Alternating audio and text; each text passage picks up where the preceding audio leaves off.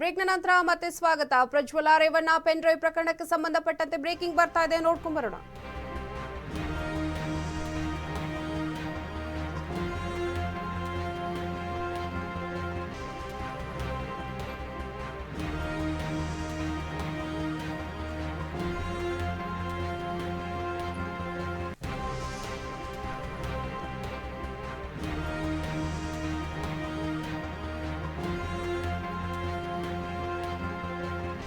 Prajwal Revanna pen drive ಪ್ರಕರಣ. HD Revanna ವಿಚಾರಣೆಗೆ ಹಾಜರಾಗದಿದ್ರೆ ಬಂಧನ. ಕಲಬುರಗಿಯಲ್ಲಿ ಗೃಹ ಸಚಿವ ಪರಮೇಶ್ವರಿ ಒಂದು ಹೇಳಿಕೆಯನ್ನ ಕೊಟ್ಟಿದ್ದಾರೆ. ಪ್ರಜ್ವಲ್ ಕೇಸ್ನಲ್ಲಿ ರೇವಣ್ಣ ವಿರುದ್ಧ ದೂರು ದಾಖಲಾಗಿದೆ. ನೋಟಿಸ್ ನೀಡಿದ್ರು, ರೇವಣ್ಣ ವಿಚಾರಣೆಗೆ ಬಂದಿಲ್ಲ. ಪ್ರಜ್ವಲ್ಗೆ ಲುಕ್ಔಟ್ ನೋಟಿಸ್ ಜಾರಿಯಾಗಿದೆ. ಪ್ರಜ್ವಲ್ ಲಾಯರ್ 6 ದಿನ ಸಮಯವನ್ನ ಕೇಳಿದ್ದಾರೆ, ಆದರೆ ಸಮಯ ಕೊಡಲು ಅವಕಾಶ ಇಲ್ಲ. ಪ್ರಜ್ವಲ್ ಬಂಧನಕ್ಕೆ SIT ಕ್ರಮವನ್ನ ಕೈಗೊಳ್ಳುತ್ತದೆ.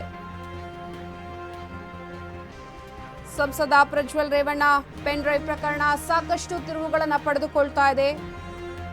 ಇದರಲ್ಲಿ ಪ್ರಮುಖ ಆರೋಪಿಯಾಗಿರುವ A1 ಆರೋಪಿ HD ರೇವಣ್ಣ ವಿಚಾರಣೆಗೆ ಹಾಜರಾಗದಿದ್ರೆ ಅವರನ್ನ ಬಂಧಿಸಲಾಗುತ್ತೆ. ಕಲಬುರಗಿಯಲ್ಲಿ ಗೃಹ ಸಚಿವರಾದ ಪರಮೇಶ್ವರ್ ಈ ಒಂದು ಸ್ಪಷ್ಟನೆಯನ್ನ ಕೊಟ್ಟಿದ್ದಾರೆ. ಮಾಧ್ಯಮಗಳಿಗೆ ಸ್ಪಷ್ಟನೆಯನ್ನ ಕೊಡ್ತಾ ಇರುವಂತದ್ದು. ಇದಕ್ಕೆ ಸಂಬಂಧಪಟ್ಟಂತೆ ಹೆಚ್ಚಿನ ಮಾಹಿತಿಯನ್ನ ಕೊಡೋದಕ್ಕೆ ನೇರ ಸಂಪರ್ಕದಲ್ಲಿದ್ದಾರೆ ಓಂ ಪ್ರಕಾಶ್. ಓಂ ಪ್ರಕಾಶ್, HD ರೇವಣ್ಣ ವಿಚಾರಣೆಗೆ ಒಂದು ವೇಳೆ ಹಾಜರಾಗದಿದ್ರೆ ಬಂಧನವನ್ನ ಮಾಡಲಾಗುತ್ತೆ ಅಂತ ಹೇಳಲಾಗ್ತಾ ಇದೆ. ಏನಿದೊಂದು ಅಪ್ಡೇಟ್ಸ್? ಹೌದು ಪಲ್ಲವಿ, ಈಗ ವಿಚಾರಣೆಗೆ ಹಾಜರಾಗಲೇಬೇಕಾಗುತ್ತೆ. ಅವರು ಕಾನೂನಿನ ಮುಂದೆ, ಅಂದ್ರೆ ನಮ್ಮ ಸಂವಿಧಾನದ ಪ್ರಕಾರ ಎಲ್ರೂ ಒಂದೇ ಸಮ ಇರೋದ್ರಿಂದ HD ರೇವಣ್ಣ ಅವರಿಗೆ ಈಗಾಗಲೇ SIT ನೋಟಿಸ್ ಕೊಟ್ಟಿರೋದ್ರಿಂದ ಅವರು ವಿಚಾರಣೆಗೆ ಹಾಜರಾಗಬೇಕಾಗುತ್ತೆ. ಆದ್ರೆ ಇದುವರೆಗೂ HD ರೇವಣ್ಣ ಅವರು ಈ ವಿಚಾರಣೆಗೆ ಹಾಜರಾಗಿಲ್ಲ. ಅವರು ಹಾಜರಾಗದಿರೋದಕ್ಕೆ ಬೇರೆ ಯಾವುದೇ ಕಾರಣನೂ ಸರಿಗೆ ಕೊಟ್ಟಿಲ್ಲ. ಹಾಗಾಗಿ ಈಗ SIT ಅವ್ರ ವಿರುದ್ಧ ಅಂದ್ರೆ ಬಂಧನ ಮಾಡ್ಬೇಕೋ ಇಲ್ವೋ ಅನ್ನೋ ಒಂದು ಯೋಚನೆಯನ್ನ ಮಾಡ್ತಾ ಇದೆ.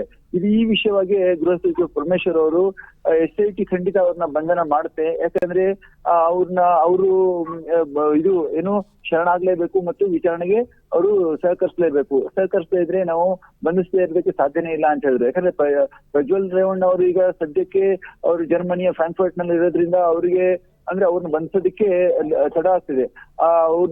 ಅವರು 6 ದಿವಸ ಸಮಯಾವಕಾಶ ಕೇಳಿದ್ದಾರೆ, ಆದ್ರೆ ಸಮಯ ಅಷ್ಟು ಕೊಡಕ್ಕಾಗಲ್ಲ. ಆದ್ರಿಂದ ಅವ್ರ ಮೇಲೆ ಬೇರೆ ತರ ಕ್ರಮ ತಗೊಂಡು ಅವ್ರನ್ನ ಬಂಧಿಸಕ್ ನೋಡ್ತಿದೀವಿ ಅಂತ ಹೇಳಿದ್ದಾರೆ. ಆದ್ರೆ ಇವ್ರು ಇಲ್ಲೇ ಇರೋದ್ರಿಂದ, ರೇವಣ್ಣ ಅವರು ಇಲ್ಲೇ ಇರೋದ್ರಿಂದ ಅವರು ತಕ್ಷಣವೇ SIT ಮುಂದೆ ಹಾಜರಾಗಬೇಕಾಗುತ್ತೆ. ಹಾಗಾಗಿ ಅವ್ರು ಹಾಜರಾಗದೇ ಇದ್ರೆ ಅವ್ರನ್ನ ಬಂಧನ ಮಾಡ್ಲೇಬೇಕಾಗುತ್ತೆ ಅಂತ ಪರಮೇಶ್ವರ್ ಹೇಳಿದ್ದಾರೆ. ಪಲ್ಲವಿ, ಧನ್ಯವಾದ ನಿಮ್ಮೆಲ್ಲ ಅಪ್ಡೇಟ್ಸ್ಗಾಗಿ ಓಂ ಪ್ರಕಾಶ್.